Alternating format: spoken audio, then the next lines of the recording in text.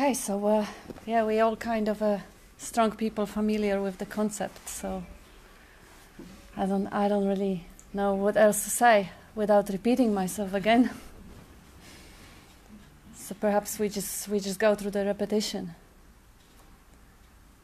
So you're not the body, you're not the mind. Any doubts about that?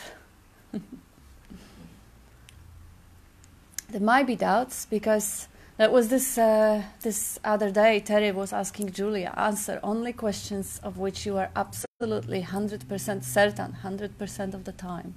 And if anyone asks me, are you the body? I would say, I don't know. Because if I say I'm not the body, now I've created duality. Me and the body. There is a duality. If there is only one, I'm everything or nothing and nothing. So that body is included. So can I be absolutely certain I'm not the body? No. Can I be certain I am the body? No. Can I be certain I'm the mind or I'm not the mind? No. And it ends up, if we really speak from that standpoint, which is a beautiful way to speak. Like I really like the way Terry says, just be honest, just be absolutely honest. Only say when you are 100% certain, when you're ready to die for it, when it's so certain. So if you are about to be killed, if you say something that's not true, you think twice. What are you? Are you the space? Are you sure? Are you the nothingness? Are you sure? Are you the absolute or the totality or that? Really? What if your head is going to be chopped if the answer is wrong? And you are allowed to say, I don't know. Just keep saying, I don't know. Because I don't know is the answer which shuts down the mind. Mind hates not knowing. Mind is all about, oh yeah, I know the answer. I know what I am or what I'm not. So the I don't know this is funny. I had this, the Ramana Maharshi meditation is it's not his really, it's been around for 1,000 years, but that's how it is known. It's adopted by many of the Zen Sanghas, and I happen to sit with few of them. And they would often sit with the question, who am I? But the Sangha that I was sitting with, the Korean Kwan Sangha, they give you the answer. The answer, don't sit with who am I, just focus on the answer, I don't know. I don't know. I don't know who am I. So the question is, the questioner is the problem. But when the answer is said to the mind, I don't know, it's almost the same as the mind is saying, shut up. Like, it's nothing, I don't know. If the mind admits that, what is it going to seek for? The answer is given. The question is resolved. The answer is, I don't know. And now, if the mind doesn't interfere, if there is no trying to get the answer or find the answer, if there is no movement of the mind, what's left is the stillness of being. And this is the one thing that we can say with absolute certainty. That's the one thing that you can be ready to die for it, and I'm sure you can confirm it. You exist. If someone would ask you, do you exist? Or are you sure that you are? Are you sure that you exist? Are you certain about your own existence? Who's going to say no? Like, even to say no, you do have to exist. So this is the one thing and the only thing that we can have absolute certainty about. Everything else is a story. Beautiful, romantic, non-duality stories. I'm love, or I'm God, or I'm everything. Yeah, or ridiculous suffering stories. I'm a person, I'm from there. They're all stories. Everything that comes after I am is a story. Actually, even I am can be boiled down to a story because there is the I who exists. And it isn't. There is no existence if there is no I, or there is no I without existing. So I am is really one. It seems like it's two words, but it's one because one without the other makes no sense. And again, it is like Bob says, it is only a translation because the mind is a translating device. So the sense of presence is translated by the mind as a thought, as the I am thought. So if we drop the thought, the concept I am, there is still a presence. Without translating, the presence is still there. Even if I say I am not, the presence is there. So that's the one thing that we don't really need to be taught. Nobody has to give us the answer. Nobody has to teach us. We don't have to discover that. Everybody knows that we exist, that we are, I am. And that's the place to start. That's the place to start, and that's the place to end. Because there is really nothing else. It's just that sense of existence. Everything else is the appearance, is the Maya, the illusion. The reality is the sense of existence, the sense of presence. Everything else is a dream. And yeah, we welcome to admire the dream, to love the dream, to hate the dream, to whatever. This is part of the dream. The response to a dream is a layer over the dream. Like, yeah, that was you were showing me about Krishnamurti, looking at the flower and then having a judgment about the flower. So the looking at the flower is pure consciousness, and the judgment, I like the flower, I don't, there is me and the flower, everything else on top of it is a story, is the added story. So dreaming a flower is one thing, and dreaming the meaning made of a flower, the where the flower belongs, what is the label or the name or the color or the relation to me. They're all veils, layers over the layers of a dream.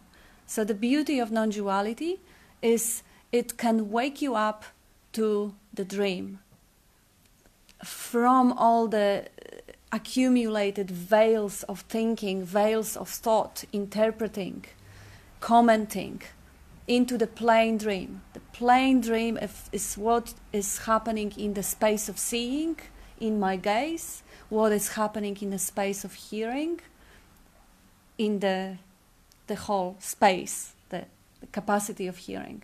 What is happening, the sensations in the body, the temperature, the balance, the taste, the smell. That's the dream, the basic dream, without any interpretation put over it. Like, oh yeah, okay, that's the sensation in the body. Yeah, but the body is my body, or I am the body is too thin or too fat or too tall or too short, whatever. That's what unnecessary. The invitation on this level, I hate to say level, but really this is like multi-layered reality, like to wake up to the basics of the present. In the present, there is no story, because the story requires time. So in the present, as we are, there is an experiencing going on. There's experiencing going on, not the experiences showing up to me, but just pure experiencing. And it is, experiencer is not disconnected from the experience. It is one. There wouldn't be an experience without the experiencer and without the process of experiencing. So obviously that has to be, it is one that is being divided artificially into the world versus the person. That division is purely conceptual. If we leave it aside, just take it off our mind, that division is completely redundant. It doesn't need to exist. So in the current experience, just as we sit here, experience, the experiencing is going on. The body is experiencing the taste, the touch, the smell, the sights, the sounds. And I can't even say the body is experiencing it, because the body is already the assumption that there is a device here that is experiencing or interacting with the outer environment. But the body is not separated from outer environment. Like, how is the sound of the passing car, how is it separated from my awareness of it, from the fact, from my hearing of it? In that hearing, the ear and the sound is already included. There can't be any barrier drawn. I can't say when one ends and the other starts. It is one. Plus the body, like the way Bob is pointing, the body is completely relying on the elements that it's made of. The body is relying on air, fire, it is water, it is breathing, it is having a temperature, it is solid, there is a matter in it. So it isn't really separated from the elements from which everything else is made. And the sensations are not separated either. Did you want to add something? Go on. I'll add something later, probably. You're going well, that's good. You know. Yeah, so the pure experiencing is happening moment to moment. And if there is no distraction going on, if there is no distraction which will usually be a story about something that is not happening. So what is not happening? My grandmother passed away. That's not happening here now. That is happening in my head. She's not there. She's not passing. She's not past. This is not happening. Every story that we say to ourselves will be having a context in the time. Like, the process, is getting worse. I'm getting, any story about the future or the past or the process or the context is not what is happening in the immediacy.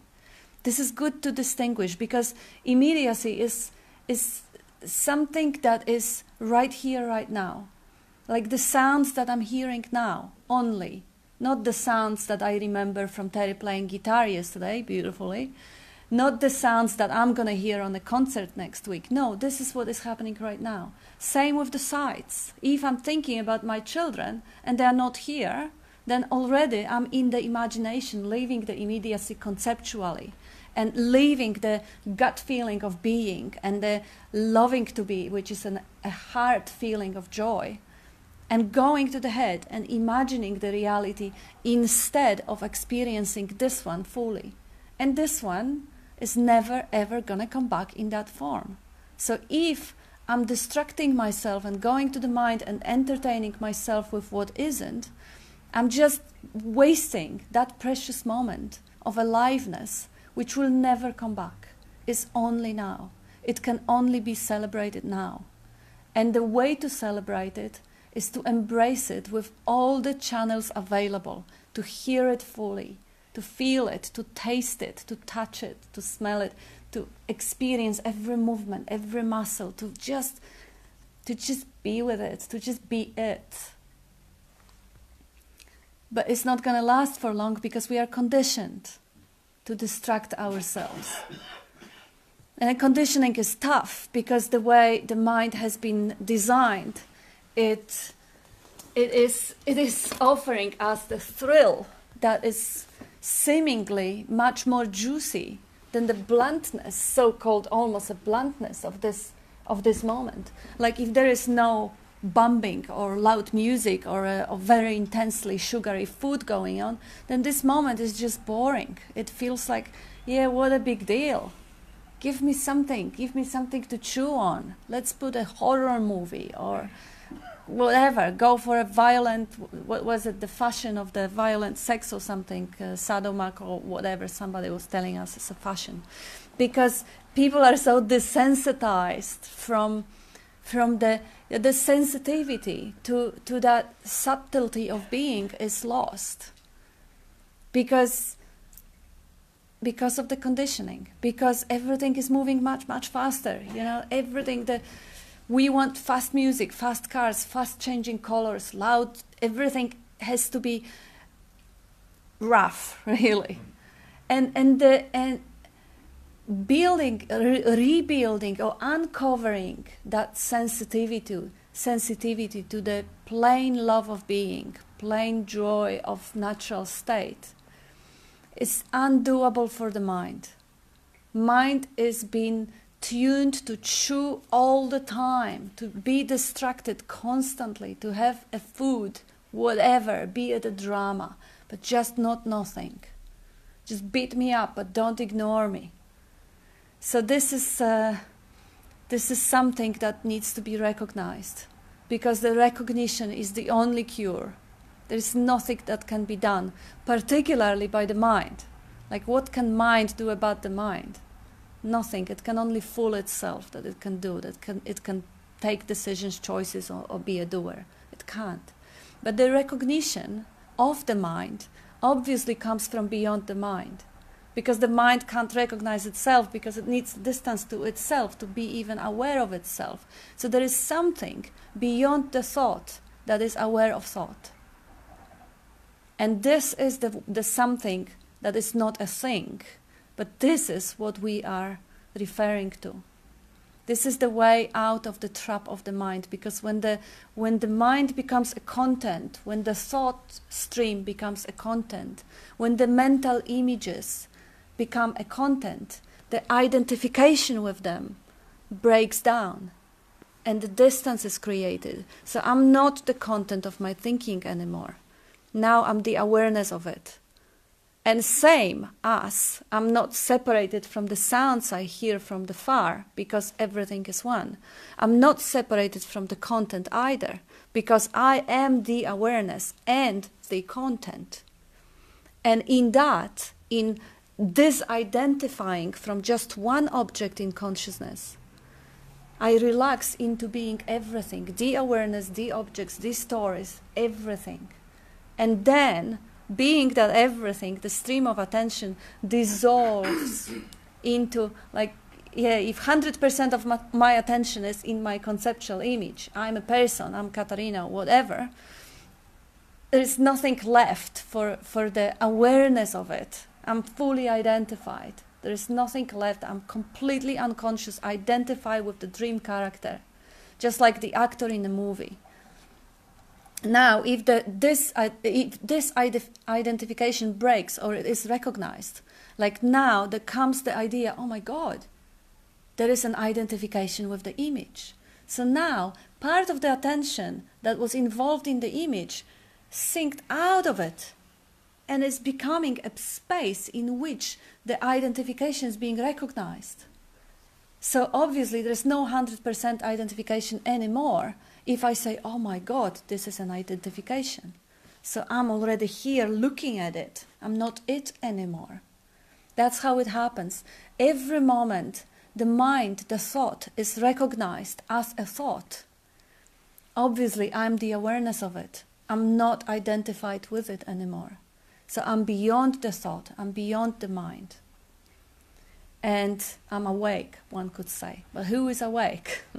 There is a wakefulness in which the dreaming happens. There is a wakefulness in which the imaging, imagining my grandmother passing away or the concert next week.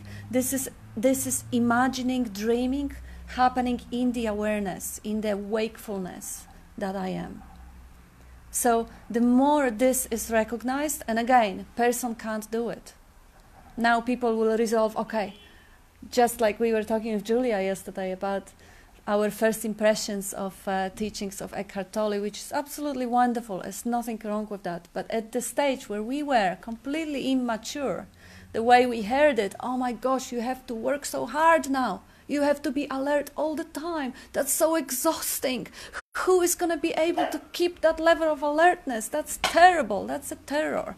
That's not what he's saying. Totally not. But that's how we heard it, being completely immatured and unripe as a fruit.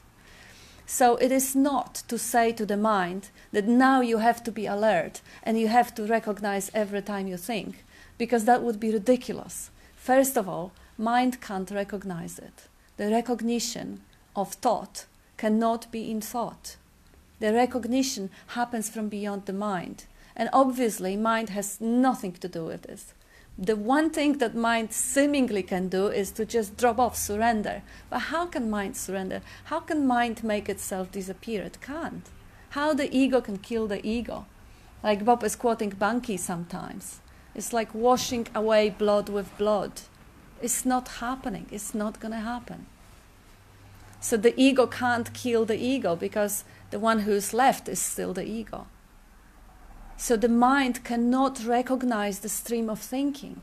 The recognition of stream of thinking is already the cognizing emptiness, is already the consciousness waking up to itself.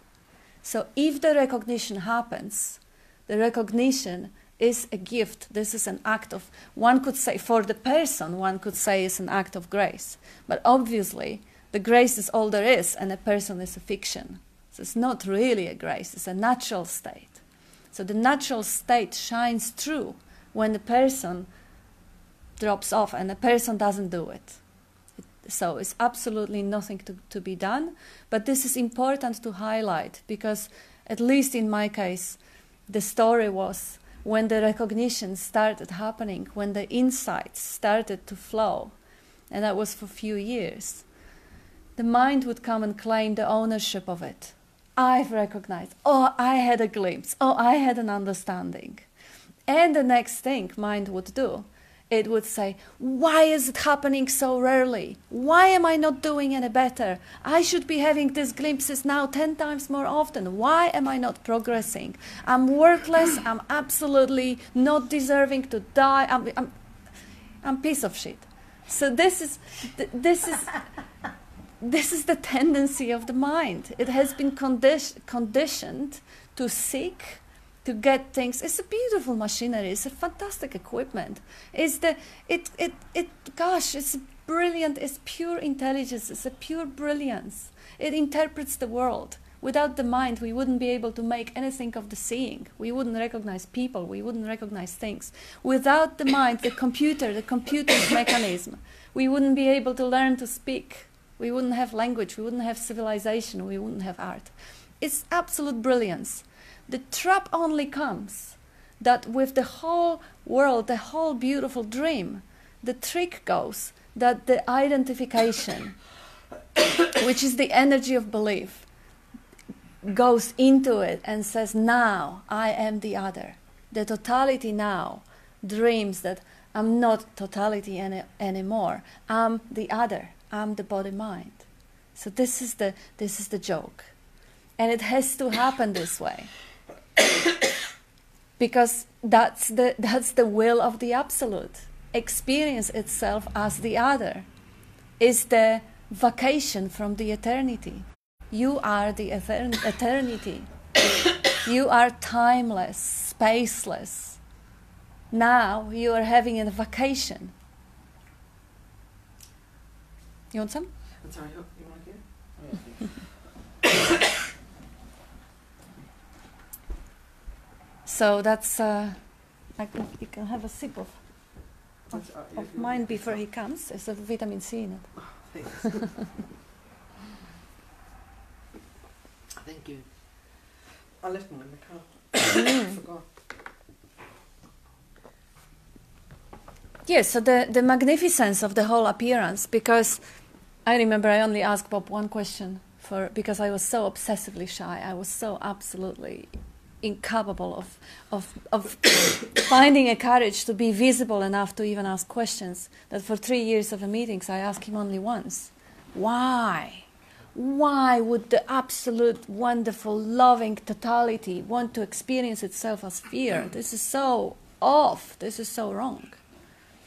And we were laughing at that with Bob a couple of days ago, that everyone has this question in one or the other form. Why ego? Why suffering? Why? Well, I don't have that question anymore because it's so ridiculous. If there wasn't a suffering, if there wasn't a fear, if there wasn't a night, there wouldn't be a day. If there wasn't a pain, there wouldn't be a pleasure. If there wasn't a pair of opposites, if there wasn't the one end of a stick, there wouldn't be the other. So if not for fear, if not for night, if not for suffering, you're still timeless, spaceless, eternal totality or nothingness. The idea of experiencing yourself as the other, just to wake up to yourself again, to experience yourself as the totality, it comes from it. Even that is a duality itself. Duality is counteracting the singularity. How can singularity know itself if not through forgetting itself and waking up? So this is the beauty of the whole dream, is to wake up. But the beauty of waking up is to fall asleep and being able to wake up. So if not for the suffering, if not for fear, if not for separation, which is only a dream, is impossible. In the totality, in the oneness, separation is absolutely impossible. It is not happening. It only seems to be. It is a dream. It only seems to be happening. Just like a person climbing mountains in the dream is not climbing mountains, it's sleeping in bed. And it's not seeing the birds over, it's the eyes are closed. It's not happening, it's the dream. But for the dreaming figure, it's real. So it is to be loved, it is to be appreciated, it is to be enjoyed, and it is to be overcome. Not for the individual, but for the consciousness. This is the divine play. The Hindu call that Leela, divine play. Or Maya. Maya is like a goddess, or Shiva Shakti thing. Shiva is pure stillness, and Shakti is a movement in that stillness. And that very movement is a dance. And in that dance, everything appears. That's a description, but it can be experienced. It actually is being experienced. It is being experienced as that basic sense of being, as that sense of presence, that one very, very one and only thing you can say you're absolutely certain, even if your head is going to be chopped off if you're wrong. This is something that you can't deny. And this is the only thing worthy of dying for. And now this is the only thing for which the individual can die for. And it actually die into it. Because the individual is a dream. As a dream, it has the beginning. So as a dream, it will have an end. If not now, if you not embrace it right now, well, you're not going to avoid it. The body-mind is going to die and ego is going to die with it. But why not now? Why not now? Because the sense of being, the sense of presence is here now, all the time. It never goes away. It's just the destruction of the mind. It's just going to the story, makes it seemingly obscured. It's just the clouds of the noise that makes it seemingly obscure. And also is the attraction of that noise. Because if it wasn't attractive, the sense of being would be all there is. But acknowledging that attraction and enjoying the dream is also part of it. I mean, it's nothing wrong with watching good movies. We're watching good movies occasionally, bad ones too, you can never say. Who's there to judge? Yeah, so it all happens in the dream, and it's all valid in the dream. And it's all fascinating, and it's all beautiful, and it's all beloved. But when it is known for what it is such a different way of enjoying it. When Nisargadatta says, the only thing you need to do is recognize the dream as a dream. He says, the dream is not your problem. Your problem is that you like or love one part and not the other. The order of value in the dream. If it was known to be a dream, what a big deal. If you watch a fantastic movie and there is a plastic bag flowing, or there is a dirt in the movie, or there is a dark character in the movie, what's the problem with that? It's a movie, it has to be this way. But because we take the dream so seriously, the suffering becomes the reality. The dream becomes the reality. It is believed to the reality. So we have the sense of separate entity or individual or a person or conceptual image that we hold about ourselves, and we dream it to the reality. We're dreaming it to become what it is, and it feels like, okay, I'm that person. I'm here and I'm not there. You know, like my location. I can't locate it in the body, but I can very easily locate it where it is not. Like I can say it is not 100 meters from me, which is not true. If I know there is 100 meters from me, which I don't exist, then obviously there is a knowing of it. So you can't really even unlocate yourself. But for the purpose of the example, you can say, okay, I'm here, but not there. And that's a concept. When it is believed, it becomes reality. And we start living from that predicament. And we start defending this one and not that. And we start being preoccupied with this and not that, because this is me and this is not. But this is basically, this is all dreamt. Am I pronouncing it right? Sorry. Pronunciation is not real. No, the word is not the thing. Which word? Yeah. Yeah, none of them. Which word is a thing? Yeah, maybe the word is a thing. Yeah, it's amazing the way that the whole appearance came into existence basically by learning words and dreaming them to a reality. Because this is what the symbolic language is about. When I say the word rabbit, you have the mental image of a rabbit. And we can agree that his granddaughter have a couple of rabbits and then they exist, they are real. But we can't experience them, we can experience only the world. And the symbolic language is what creates the whole time-space. Like if there was no symbolic language, how could I even describe about the place of my grandmother or another continent? They only exist as symbols. And now those symbols are covering up as labels everything we see.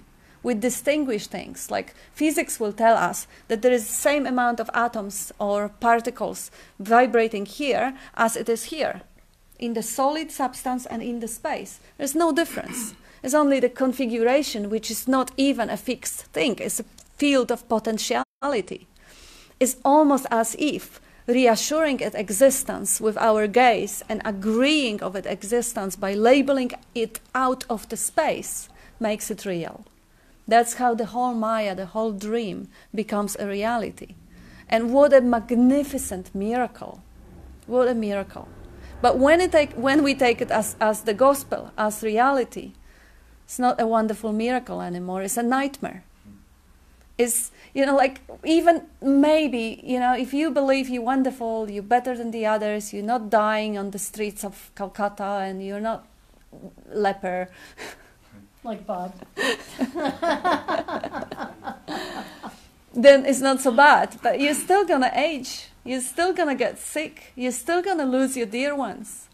Even if you're reasonably comfortable in a dream, you're not gonna avoid the dread of transition. Like people are afraid of dying, or some people are not afraid of their own death because what a big deal, I won't know. But if they have children, and imagine the children dying, oh my God, the world, the conceptual world, the world of images is full of fear, it's full of dread. It's not that much fun.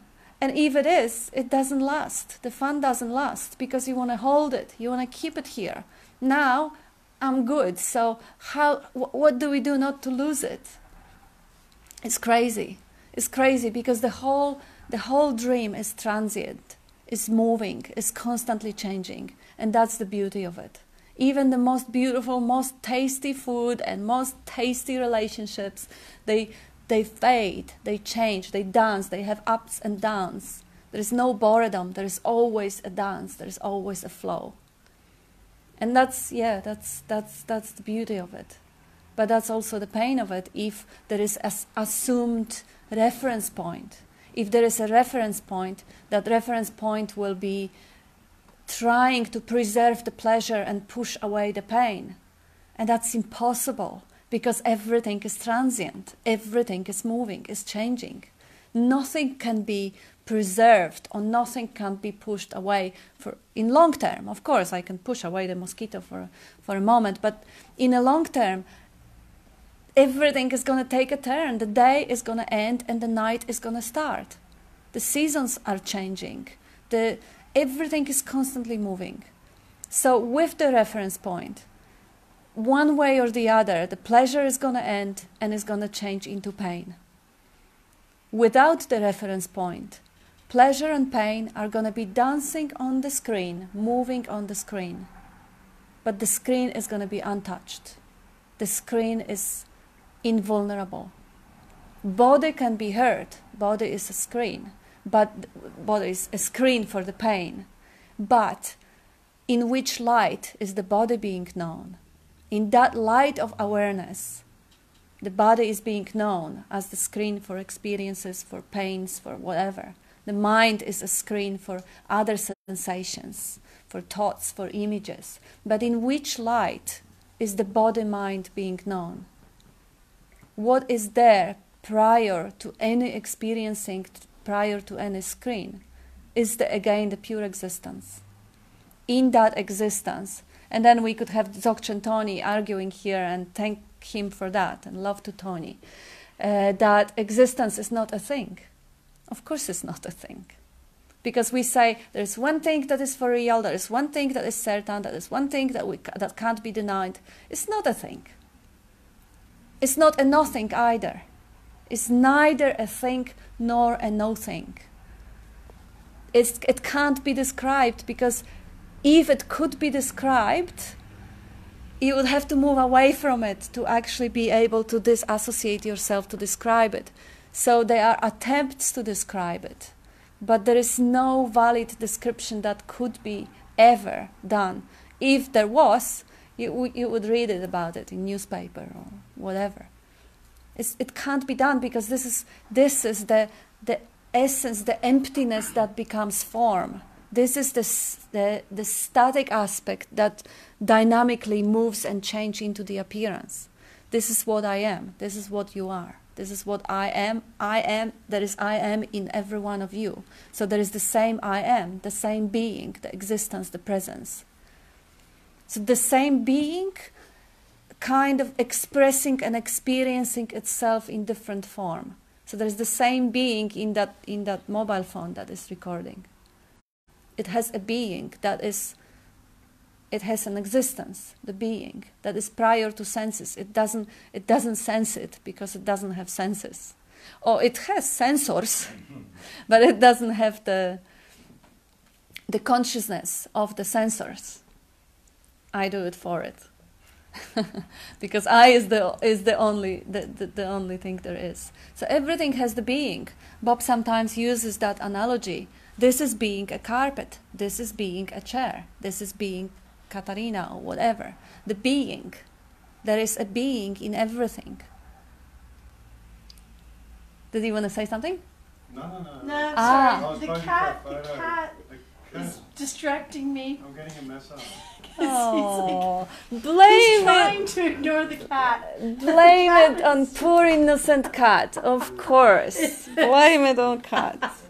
It's me. I'm sorry. No, I got very distracted by your Puss in Boots. He's like, Yeah. he's trying so hard to pay attention. I'm not. I'm just, my attention's gone there. I'm sorry. You are not sorry.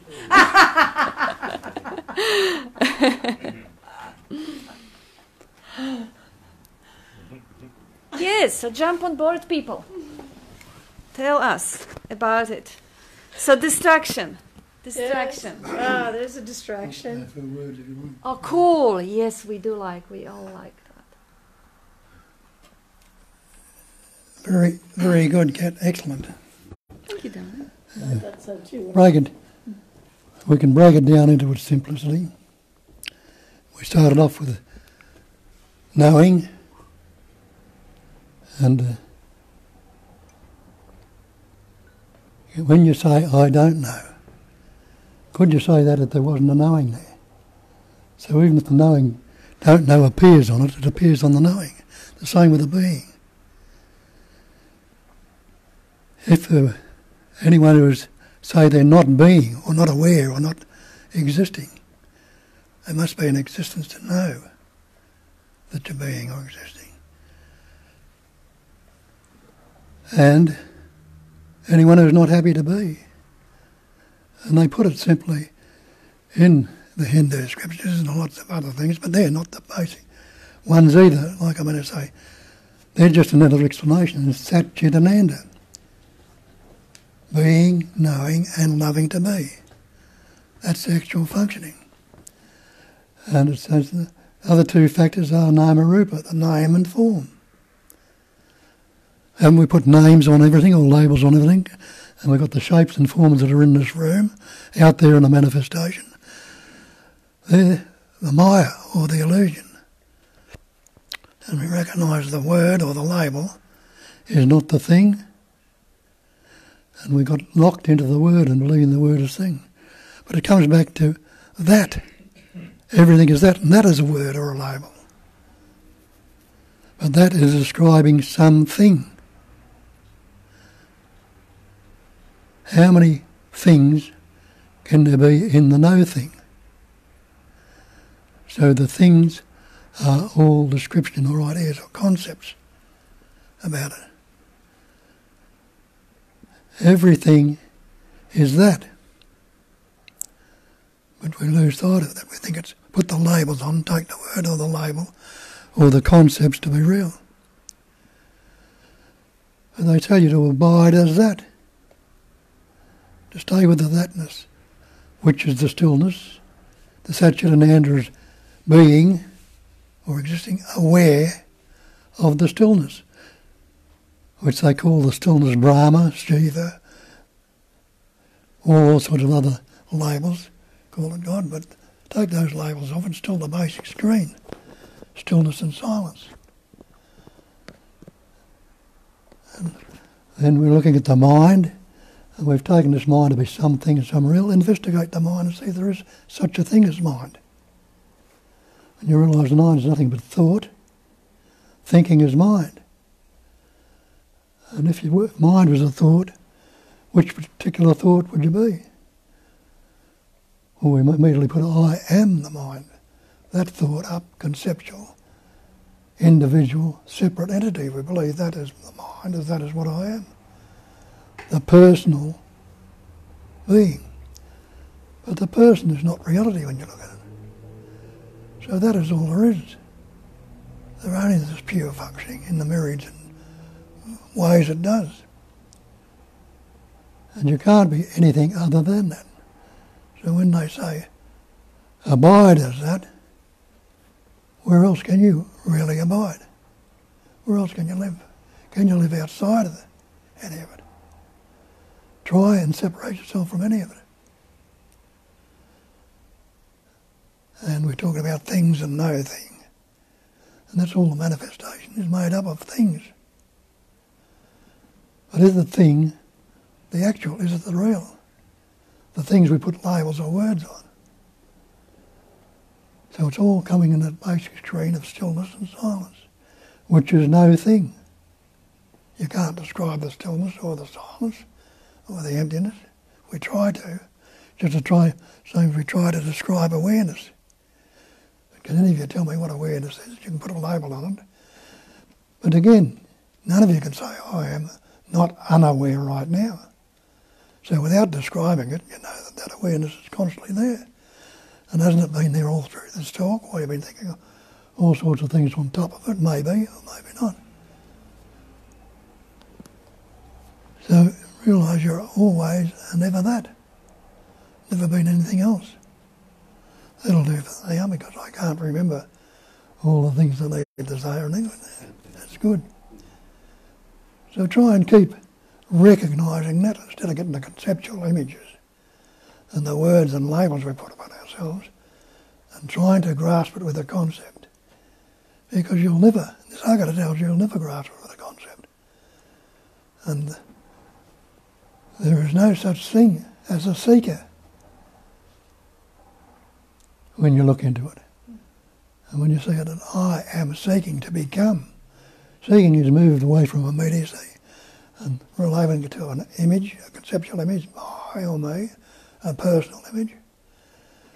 So we say here, start from the fact you are already that. You always have been. And you think always will be. But we've labelled ourselves with millions of concepts. We've acquired millions of concepts and ideas and thoughts. And we've got all the psychological concepts and ideas, and we try and go through them to bring ourselves till there's stillness and stillness. But what is wrong with right now if you're not conceptualising, if you're not thinking about it, if you're not thinking about it, you're not dividing the thinking into the thinker and the thought, the seer into the seer and the seen. Realise there's thinking, seeing, tasting, touching, smelling, all these functions going on. If it's not divided, what is it? As it always was, it's the one essence, it's appearing, patterning, shaping and forming, expressing as everything. And there could be no manifestation if it didn't vibrate in the interrelated opposites. Shakespeare told you it couldn't be good or bad, pleasant or pain, happy or sad, without a thought. Nothing either good or bad, but thinking makes it so. And looking into the thinking, try and find the thinker. And you realise there's no thinker, but there is thinking. So you must be the thinking. You must be the seeing. You must be the hearing. Stay with that. Thanks, Ken. Beautiful. Beautiful. I love that reminder. Awareness of stillness. Being aware of stillness. Like this is something that is there all the time. This is the true nature, the natural state. It's there all the time. It's only obscured by the noise. But awareness of stillness, being aware of stillness, Sat Chitananda, what he just said. Sat Chitananda, being aware of stillness. Or being knowing and loving to be. Everyone is aware of stillness. It's obviously not suiciding.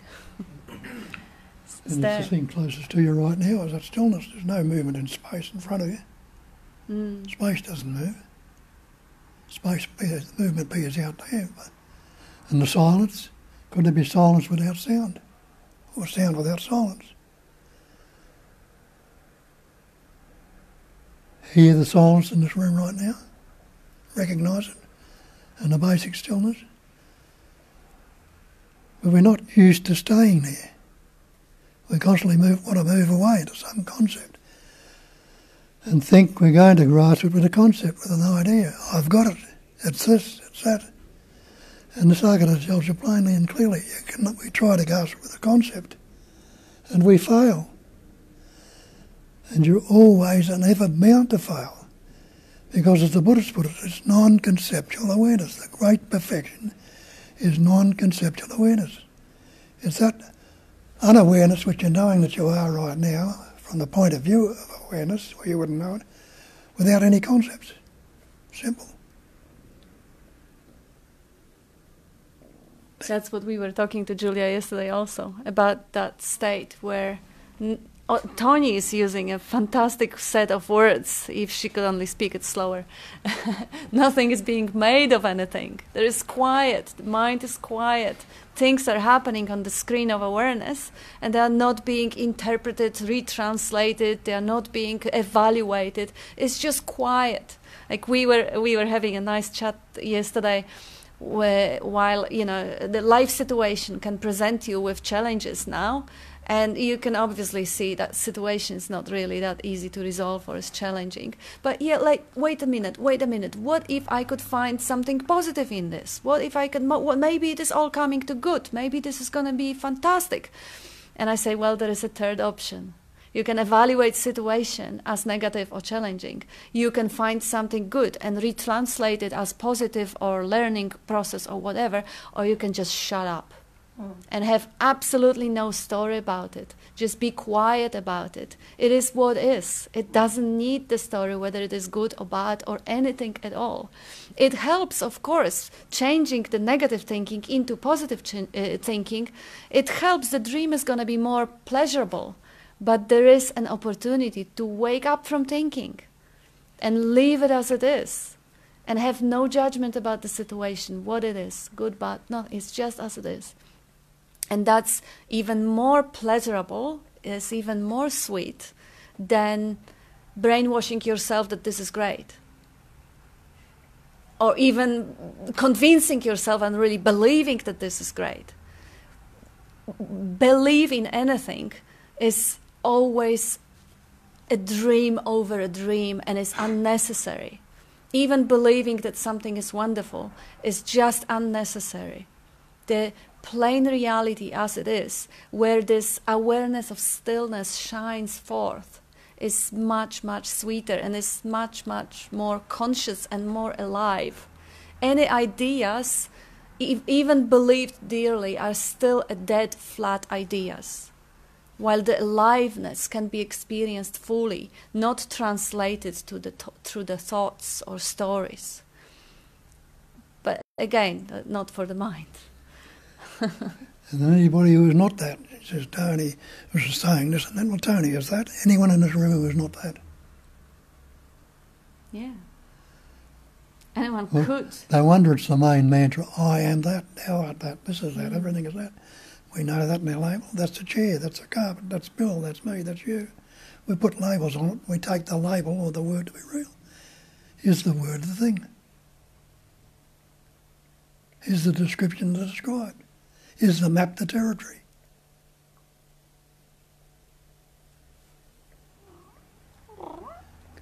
Isn't that right, Kat? Thank you. Yeah.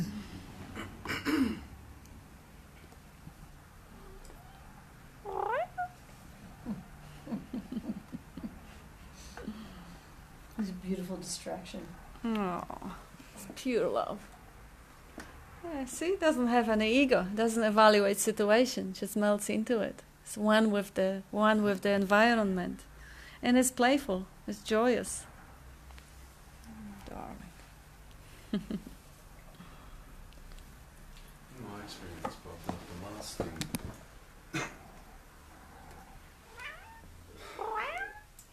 the last thing to go was that Tony, can you roll? was that core sense of me. Yeah. And but to get to that core sense of me, there was a whole lot of other shedding that had to take place. Because when I first got introduced to this, whatever it was that was rambling between both my ears, I wore it. I was it, you know. When I would have a thought, and I did, and you know, a lot of people do at some point in time in their life, but you know, when I had a thought, for example, you're useless, you know, you're a dickhead, whatever, it just, especially all the self-criticising stuff that used to go on, I embodied those thoughts and became it, you know. And then I got introduced to this, and there's a, you know, Kat touched on it. The first phase for me was starting to recognise the thought, or thoughts rather, and just in the doing, without getting really complicated, but just in the doing of that, there started, it seemed like, because that's the only way I can put it, that there started to be a separation from all the content that was going on in my mind. I could actually start to see it as being something separate from me, or something over there, as opposed to I'm it and I'm wearing it. And then, tricky little bastard that it is, I started to have realizations, and I started to see different things, you know. And I got to a point where there was so much gap between awareness and content, let's say, that it was like completely apparent that I'm not that. I could see that. And there was no more questions arose. There's nothing. And I was just kind of, there was a sense of being in a limbo state, just floating, not kind of knowing what to do, where to go, where to look, what to ask, how to be, just a not knowing kind of arose. And when I said before that the last thing that was recognised here was that core sense of me, was because, and I didn't realise this, all that I'd become aware of, and all that I'd seen, I'm not this, I'm not that, I'm not, and so on, even the concepts and the ideas that I picked up along the way, that I'm nothing but I'm everything. I'm love. I'm emptiness but I'm fullness. Like all the terminologies, all the jargon that I picked up along the way from listening to Bob and others, that was also in the mix, you know. And what I didn't realise was, yes, absolutely, there was awareness of all that, but what I didn't see was that there was a core sense of me that was left, that was saying, I can see that. I was still claiming ownership of that was aware of all that.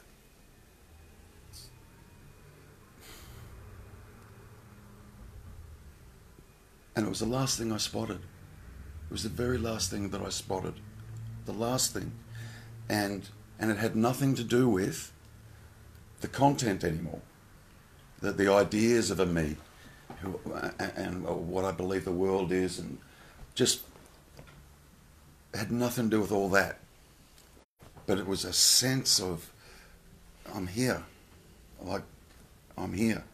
Just a sense of. So that, you know, I don't know if anyone else is going through that, but that can be really, really, really confusing. Like, really confusing. Because you kind of end up with feeling a bit lost, actually. All I did. I just kind of felt a bit lost, and I knew that on some intellectual level, or in duality, if you like, I knew that I wasn't going to get the answer there. Like, I knew that. I knew that, you know. And yet there was still, you know, I've said it before, I still kind of felt like I was here. I still felt like I was stuck. You know, I still felt like there was a meanness here, you know. And it was in that realisation that I just saw that last little thing that separate so-called individual or idea of self was hanging on to. And the last thing that it, because everything else kind of got blown away, but the last thing that it was hanging on to was that I'm aware. This is my awareness, and I still see that. And I didn't recognise that initially as still being a self-identity, still being like a separate self that was seeing that. And then for whatever reason, I just saw it. I heard it. I saw it. It was like the last tiny little bit of a thing that was left that I couldn't even describe it, because I described the shit out of it prior to that, and it stilled me. It stopped me. It was a bit of a shock, really, to even recognise it and see it, you know. And there was no story attached to it. There wasn't. I'd done the story, you know. There was just, and I just saw, you know, the last thing it was hanging on to, which is kind of makes sense, you know, because the me believes that it needs to survive. It's got to hang on to something, you know. There's like this self-survival mechanism that goes on, you know, and you know, the scariest thing of all to let go of, to really, for that identity to let go of, was aliveness, was that sense of presence, was that sense of awareness. Of course, that was the thing that you know, out of all things, that was the thing that I would protect most. Because if I die, I'm not here. You know, that was that sense of presence, and I just saw that, and it kind of became a bit funny, really, because I saw it. I just look, and I saw that core sense of me. I saw that as clearly as the experience that I experienced when I was seeing I'm not the content. Like, there comes a point where you can see it. You just know you're not, you know you're not the content of thought I'm talking about, all the images and ideas and concepts and so on and so forth. You do absolutely eventually get to a point where you go, I can see that. I know I'm not that. The same applies to that core. So there was a further, but it's really, really tricky because it presents itself. Is there a core there? No. So all that we talked about before was conditioned belief. Yeah. You got through the conditioning, but that pure conditioning was still there, as you like, believing to be something there. When you see there's even that, you can't. What conditioning is there if you don't think about it? Yeah. It dissolves. Yes. There was nothing there, so you've always been that. Yes. Good. And even the idea So that I there think is that's, you know, like, there is something that needs to be dropped off. Yeah. If there is any idea that is something wrong, that very idea is the And all that kind of, as I was saying, that, yeah, that was just all in content, but in the end was just that I still feel like I'm here. What a beautiful thing to come out of my mouth. And didn't realise it. You verbalised it. Because, yeah, I still feel like I'm here. Is there anywhere else you can be? No, that was the irony of it.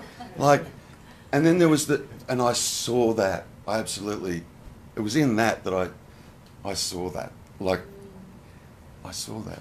You know, I don't know where else. what's the problem of Yeah, being here? I don't know what the fuck else I was expecting to find. Like, really, you know, like. Yeah, beauty. You being here was free of conditioning. Yeah, and that's all it is. It's literally just the conditioning stops. It does. How did you feel after that? Just here. That's it. Yeah. And Here. Without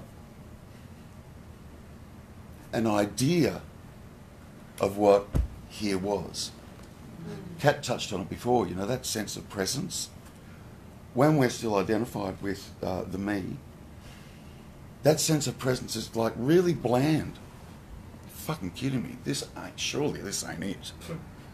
It's got to be, there's got to be something else that I'm not aware of, that I'm not seeing. You want to know why it does that? Because that me, if you like, cannot experience that sense of presence. It can't. you're still involved. It can't. It can't experience. It doesn't actually know what the fuck it is. It can't experience it. It's a dead image. It's dead. Yeah. Yet it claims ownership of it, which was the last thing that left here.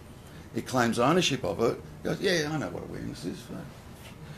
It's pretty fucking ordinary. Like, really, this is it.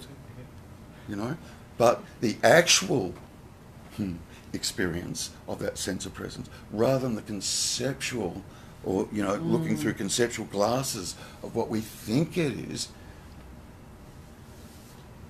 like night and day.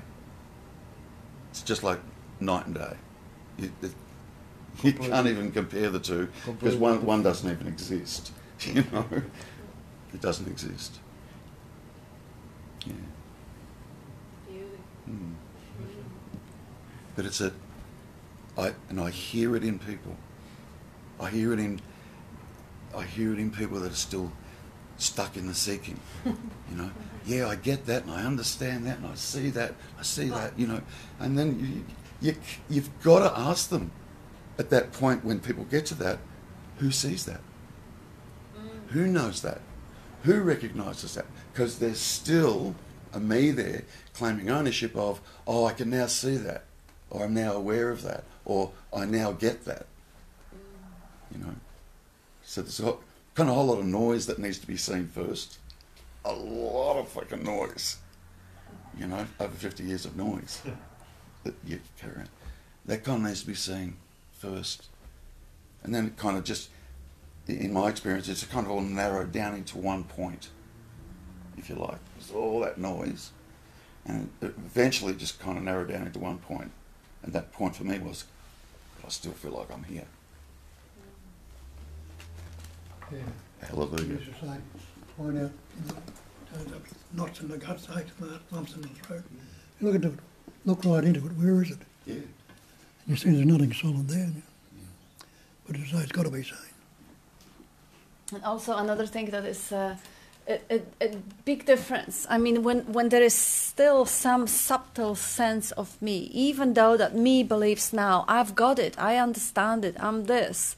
Now I have the clarity, I am clear or I'm enlightened. And there is still a tension here. Oh my gosh, I have to make sure everybody believes that. That very tension, that idea that, oh my God, this is so important that other people also know that, and I have to never forget about it, I got it, I have to make myself believe that I've got it.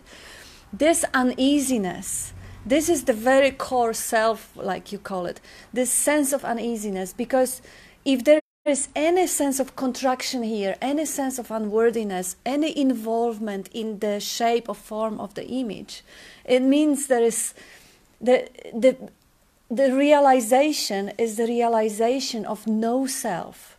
There is nothing there. There is no contraction there. There is no distance. There is no difference between the pure space, cognizing space, in here and out here is complete ease. There is no, I don't care what people think about me. I don't care whether they believe or don't believe, or what I've got or what I didn't get or what I lost, or doesn't matter. If there is any sense of contraction, that's the contraction that needs to be recognized.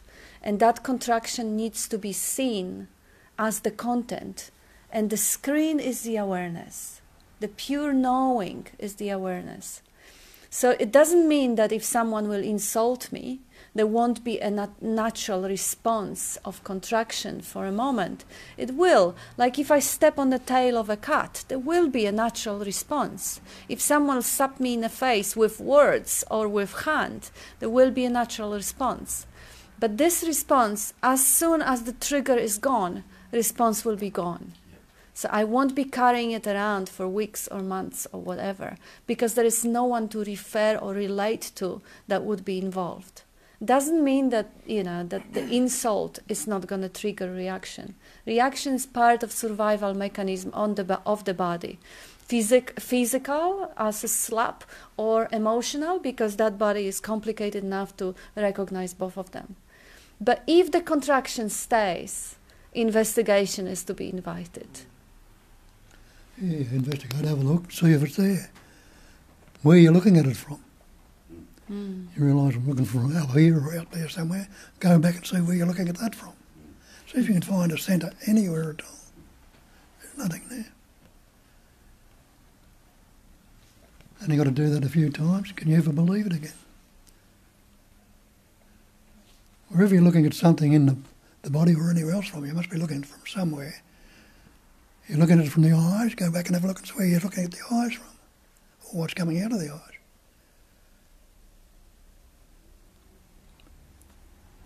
Put all sorts of concepts and ideas on it, and you can't find a spot anywhere you can say this is what it is. Pure awareness, the pure knowing, like the knowing of being, is not filtered yet by the biocomputer, because the pure awareness, when filtered by the body, becomes the awareness of the content of seeing, the awareness of the content of hearing. Like now, I'm aware of you in the room, but that awareness is already filtered through the eyes. Blind person would not have that same experience. Or the content of hearing, again, this is awareness about or awareness of. Pure awareness doesn't even need senses, doesn't even need sensing. This is a transformer in which the pure awareness is transformed into the hearing, seeing, tasting, touching, smelling. But the being, the awareness of being, is not the same as the awareness of hearing, seeing, tasting, touching, smelling, because it doesn't require the eyes or the ears or anything. Some people say that, awareness of being, it feels like a vibration in the body, so it is a sensory experience.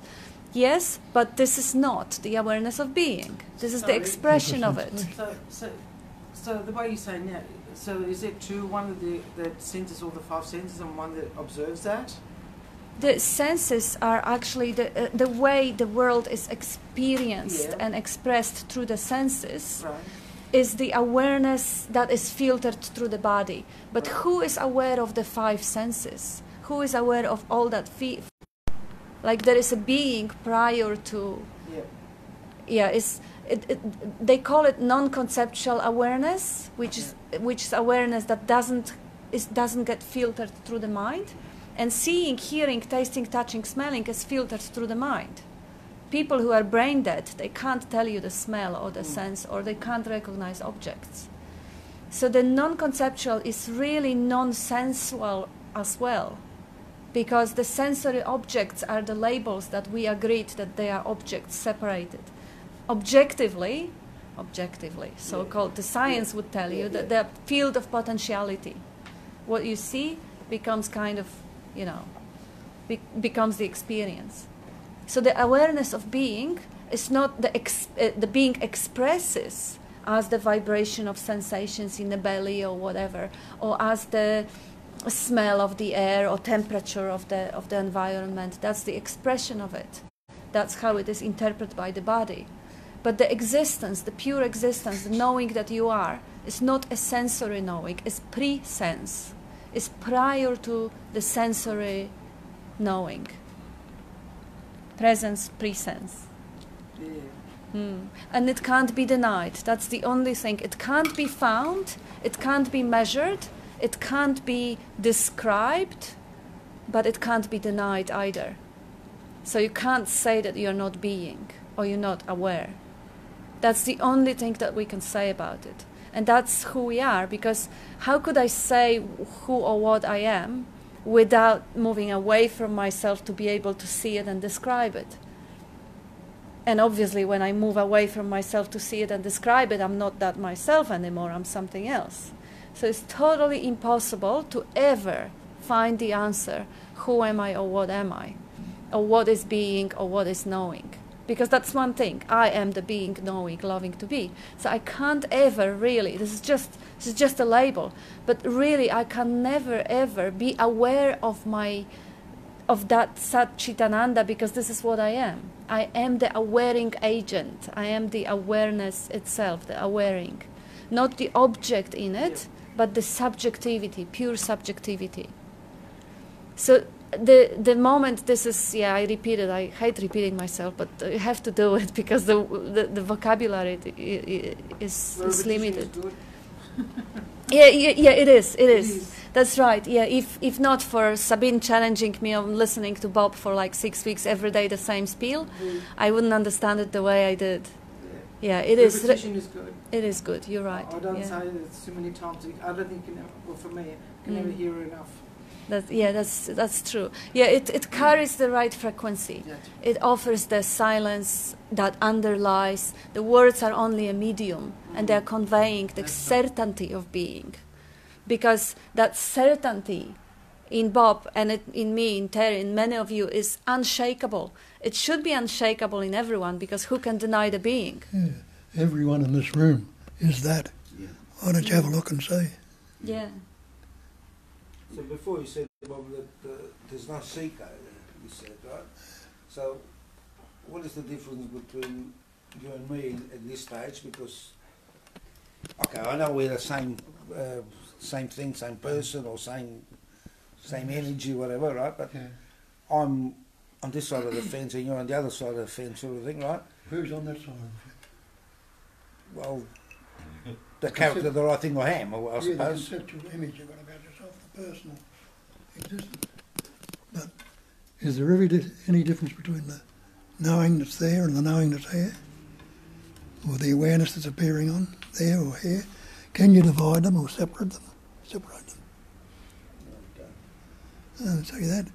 So if you can't divide it, what must you be?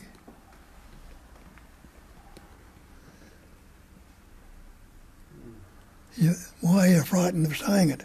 Grasping it, I am that.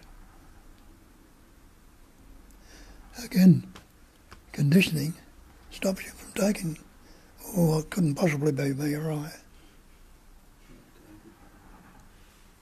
Yeah, the difference between you and Bob is only in your mind. Bob doesn't see the difference. Bob knows there is no I understand, difference. that's what I said before. Yeah. I understand what but So you explain the difference. Bob can't explain it because for him there is no difference. For you there is a difference. What for is me the there is, difference? because I see myself as a seeker, whereas Bob just said before there is no seeker. I understand that too, but I don't know. Yeah, that's fantastic. So it's only the way you see yourself as. This is the only difference. The image that you have of yourself is the only difference. And that's the conditioned pattern you've got to be based on your past events and experience and your life, what everybody's told you, what you told yourself, all conditioning. So in other words, you're saying because I see myself as a seeker, then Yes. I'm a seeker. Otherwise, Yeah, otherwise you're not. You're not If you relax that image of a seeker, forget about it. When you fall asleep, you're not a seeker. that's right. Yeah. And another way of looking at it is there's seeking. So relax. It's got nothing to do with you. Do you understand? Yeah. Like Oh, there is seeking. mm-hmm. But the problem is then a seeker steps in and goes, yeah, I am seeking. No. There's just seeking. Yeah. So in other words, Seeing, hearing, tasting. so I've got to separate from the fact that there is seeking, but there's no I seeking. Yeah, and it's just investigation. And then Yeah. this grace thing, that's what Comes seems from- to be yeah. the one I'm waiting on. Hmm. The grace thing that comes from beyond the mind. That can really be misinterpreted too. Yeah, you have to Yeah. watch out for You this. do Yeah. have to watch out for that. You know, I sat for years waiting for that to happen. Like for years. I sat for years waiting for so-called grace to happen. You know, like, come on, fucking wake up. Because there's no me here. Yeah. And intellectually I knew that, you know. And But so if it's not one up, day grace smote through. so if it's not up to me, then come on. Wake up. And the last thing, one of the last things I let go of was the waiting. The what? Waiting. Waiting. Waiting. I stopped seeking.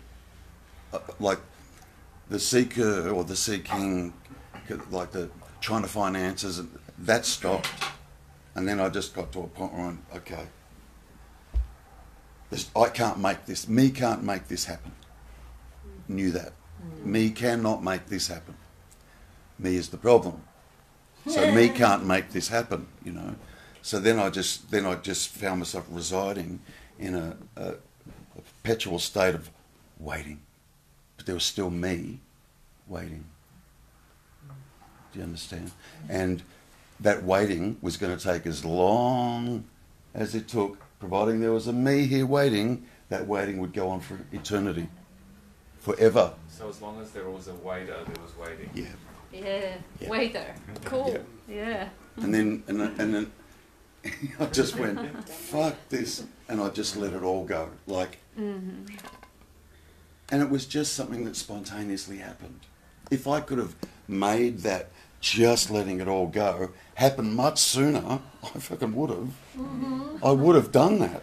Thank you. But that's not what came up. So it just spontaneously came up to, yeah, the last thing, well, yeah, it's just, I was just waiting. And I was waiting for grace. I was waiting for grace, you know. And while I'm waiting for grace, it's not going to happen. So I just, so for me it was just sit. That's all I did. I just got to just fucking sit still. You idiot, sit still, shut the fuck up, and isn't it a great blue sky? And it was as fucking simple as that. Seriously, as simple as that. That's the key to simplicity. Yeah. Yeah. Nothing simpler than one. Yeah. And it's not even one. I use the term grace because a lot of people, you've heard me use that in the past. I use that because to try and do what I just tried to explain to Tony, there is seeking already happening. So fucking relax into that. Just relax into that. Another way of saying that is you're already being taken. Relax the fuck out, you know what I mean? Like, sit back into it. But it's difficult for me to do that because it feels like it needs to grab at things. I need to know that. I need to have that. I need to understand that, and it's difficult to do that, you know. So I try and get around that with people that are still doing that by saying, look, you want to wake up, it's got nothing to do with you. It's got nothing to do with you. Just sit back and relax. You're already being lived this way. Already being lived this way. Problem is, we take credit for how I'm living this way. And that needs to be seen. Tony, I really understand what's going on because I identify. And this morning it was a recognition of, oh, hang on. I wake up and then I wake up to a projection. I wake up to a projection of who I am and what I'm projecting. And I don't know, and a bit like what you were saying, oh, so I'm not any of that, then what is there? And so there was a freak out because I'm grasping for an identity. I'm grasping for, oh, I'm an addict, I'm full of shame, I'm revolting, or I'm bliss, or I'm whatever. But there's a thing that I'm thinking that I am. And this morning was kind of the first time where there was, oh, hang on, I'm still conceptualizing. I'm always conceptualizing. And without that, it's like, give me something to feel. I need something to feel because it feels like this is nothing. So give me a sugar hit, or let's overeat because then I can feel something. I can relate to everything you said. That's exactly where I'm at. Exactly where I'm. And I actually remembered a dream that I had from last night. It was so clear. I was losing my computer in this dream, and you know the computer. Sorry. She was losing her computer in my dream, you know, and it was you know, I was so worried about it because it was my work, and that's my identity. For me, it's always been that's my conditioning. My work is my identity. And but you know, but then Bob came to my brain, and as I was waking up, I thought I've got to go this morning, and Bob's face was this in my brain, which was very strange. The concept. You're haunting her dreams. Okay, there you go. It's very interesting. Yeah, very interesting. But I have exactly that same feeling. I'm constantly projecting something onto Bob, onto you. Like there's a constant projection. Yeah. Constantly. Yeah. So. Yeah. That's so cool to see. That's so cool to see, Tess. Like, that needs to be seen. Absolutely needs to be seen. That's awesome. It can be really disconcerting though, because when you kind of sit back prior to that, like, and that's just kind of like sitting back into that, the awareness of that kind of feels a bit spaceless. Yeah. It feels a bit empty, and you'll find when that does happen, that's when you'll really start to see the grabbing. I need to hold on to something. It's like you're drowning, and you're clutching at something to stop yourself from drowning. That's when you really see that. And you just kind of got to go through that. You got to sit with that. I don't want to. It's just, I don't want to. It's all, listen, the safe thing is... You're being drowned, is that what you're going to tell me? No. Look, the safe thing is that it's all conceptual.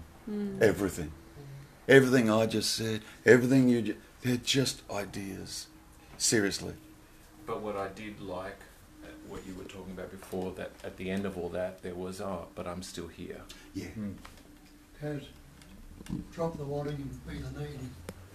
Drop the wanting and be the Needing. Oh, the needy. the needing. The difference between wanting and needing. Yes, one more time. Explain it, Bob. Explain the needing. Drop the wanting, be the needing. Yeah. Do you really want it, or do you need it? Wanting can be conceptualizing it, but needing it is something you really require. What do you need right now? You might want many sort of things, but can you add anything onto that being that you are? Yeah, that's a good way to put it. Like, you know, the idea of grasping. that you want to distract yourself, you want to medicate yourself, you don't want to sit with that void because it's kind of uncomfortable, that silence or that void. And it's just, but do you really need any of those things? Do you really need to run away from it? You don't. It's what you need, you all have already. And what you need is actually, you need to wake up. You need to stay with it. The wanting is something that is only in the head, is only conceptual, it's a movement of the mind. Is that what you meant? Yeah. And the needs generally come about without trying. You need to take a breath right now. Well, did you want to do that, or was it just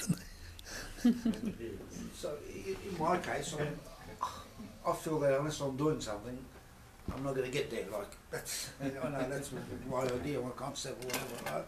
So I need to listen to someone, or meditate, or do something, because if I don't do anything, it's well, like if that's a need, that will happen. So I should let go all that. No, well, so for needing to do something, you do it. I need to do this. There's a difference between a wanting and a need.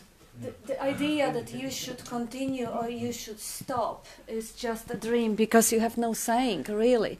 I mean, if you are moved to continue, you will continue showing up on the meeting or reading or doing whatever.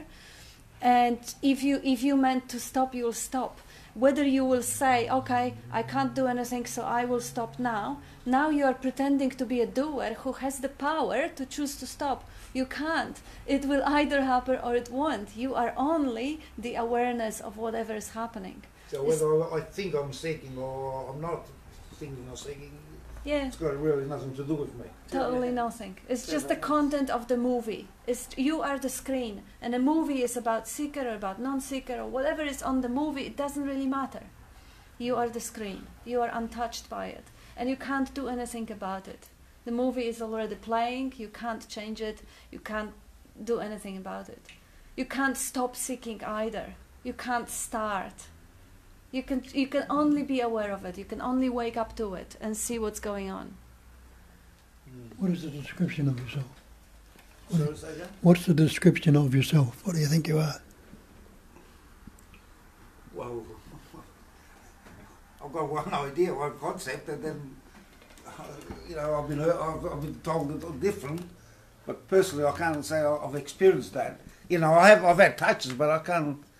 It's not always the case. You know what I'm saying? Like, Yeah, so but what Bob is asking you yeah, is describe that self.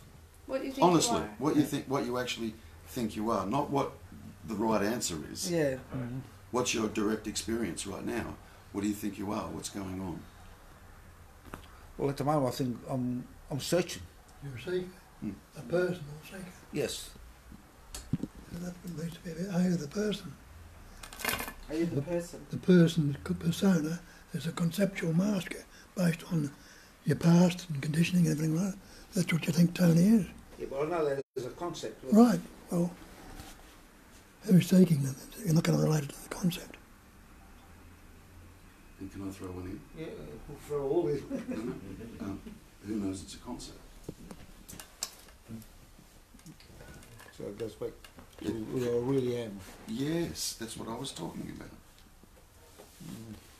Yeah, I'm sort of separating myself from it in a way. Yeah.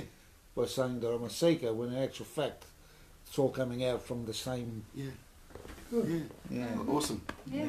Yeah. Awesome. So you must be that, where it's come from. That's great. It occurred to me while you were talking. We got over it.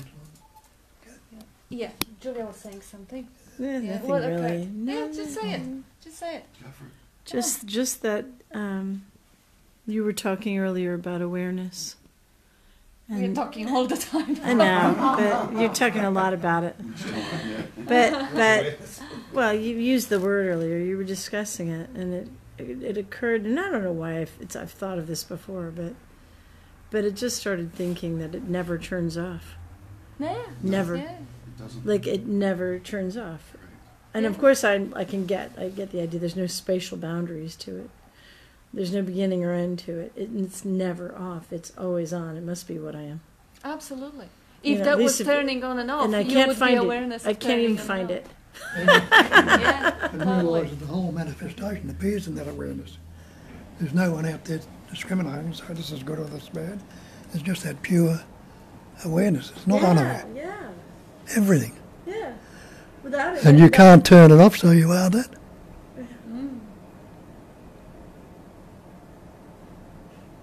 Take it. It's yours. And notice how the mind is trying to take ownership and discuss it or understand it or feed it in, because that's the tendency. And just see the tendency. Ah, the moment where there is absolutely nothing, like yeah, and then a quiet, and the eyes go a little bit like well, let me chew on it a little bit. Gone. It's good to actually notice that tendency, because that's how it happens. The insight is when the mind is not. There is no mind, and the mind kicks in. How am I gonna remember it? Oh, maybe gone. And the mind will drop again, and it will show itself fresh and new, always fresh and new. Even the same, because it is a very, very same singularity, but it's always fresh.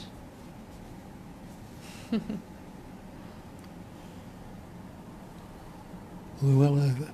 Okay. Well, there's nothing other than that. Everything is that. You know. But we adorn the thatness with, just like we dress ourselves up with makeup and clothes and God knows what, with all sorts of concepts. But the thatness is unadorned by any concept. Full stop.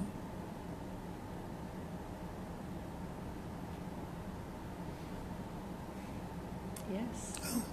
Isn't that enough? Yeah. Yes. When I'm listening to you guys speak, though, aren't I listening to concepts, though? So, like, I'm thinking about concepts as I'm listening to you guys speak. You tell us, because you know the answer. The mind probably hears concept, but there is something beyond the mind that resonates with the silence, with the frequency that is.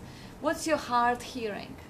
Is there a relaxation or trust or just the being? There's already an innate knowing. There is. Wouldn't be attracted to this. Just wouldn't be. You already know. Yeah. You actually already, Are you already that. know, because you are it. And that's why it's got nothing to do with me. That's why we keep coming back to this. We already know. And you don't realise that until you know that you know. So, you know. And then you don't know. Well, it's like. As we were talking the other day. It's like, you know, initially it's, I don't know that I don't know. Initially. When we first get introduced to this. Or even, we just don't know that we don't fucking know. We don't know. No fucking clue. The average person on the street Yeah. would be in that category. No wouldn't he? clue. So Well, I don't I'm know just saying. that I don't know. Then it goes to, I know that I don't know. Interesting. Fuck, now. And then it goes to, I know that I don't know. So Mr. Rumfield was like that. That's, The unknown. I know that I know that I don't know. And I don't So care, I don't rather need to than know, one. because there is no me to know anything right. at all. That's right. Yeah, so the not knowing and the knowing is not a problem anymore, because there is no one to know. So there is no, even that even desire to find out who you are drops off, because the question, who am I, is the questioner itself, is the seeker. The seeker asks the question and starts the whole show. If there is no question, there is no seeker, there is no questioner, there is no one who needs to know, and the seeking is not required anymore. If I don't need to figure out who I am, why would I look for myself? And obviously, this only happens when there is no me to want to figure out. That state of I don't know that I don't know is kind of like ignorance. We just don't know. And that state of I know that I don't know. I hated that. Fucking hating not knowing. Like I came, but that was better than ignorance, kind of. Ignorance is bliss. Yeah, kind. So, you know, I know that I don't know. I didn't like that. I didn't like that feeling of not knowing. I didn't like that. So off I went. Boom. Gotta fucking know. Now I gotta know. You know. And then you eventually get to I know that I don't know. You don't give a shit. You don't care anymore. Like that. You go the extra step sort of thing. That all drops off. Just drops away. Okay, we almost 15 minutes over. Because you can't describe it anyway. At the end of the day, it cannot be described. It just, I mean, we can describe it, but we know the description's not the thing. I know that I know. That I don't know. Fucking that's great. I don't give a shit about not knowing. Whereas prior to that, I couldn't live with that. No, there was an I that could give a shit, and now there's no I that can give a shit. I just couldn't live with that. I had to know. That for me was the seeking. That for me was the search. I have to know. And that had to be there. It's just all a part of the play. Or the way that this was playing out. It's okay. But going through it was yuck. Fuck, I hate not knowing. Hate it. Gotta know. And boy, did I fill my head up with a lot of stuff that later just dropped away. But it's just part of it. But getting to that I know that I know that I don't know is so liberating. Just so. And you love to not knowing. It's Yeah. just the sweetest thing So not to beautiful. know and not to need to know, not to have any desire to know. Just freedom, complete freedom from having the answer and all that. It's kind of refreshing when others admit that they don't know. You know, have you ever gone somewhere and you try to get directions from somebody and people try to fake it till and they'll oh I don't know, but they'll because they have to tell you something. They have to. They have to. Yeah. One of the Christian saints wrote the book, The Cloud of Unknowing. Wasn't it? Famous book. What was that? It said in Christian Science they have a book called The Cloud of Not, Unknowing. not in Christian science, one of the ancient Christian saints. Oh, Christian Saints. I thought you said Christian Science. Sorry. The Cloud of Unknowing. Cool. So it's there. Come on, we're not here all day. Yeah. Okay. Thank you very much. Thank you.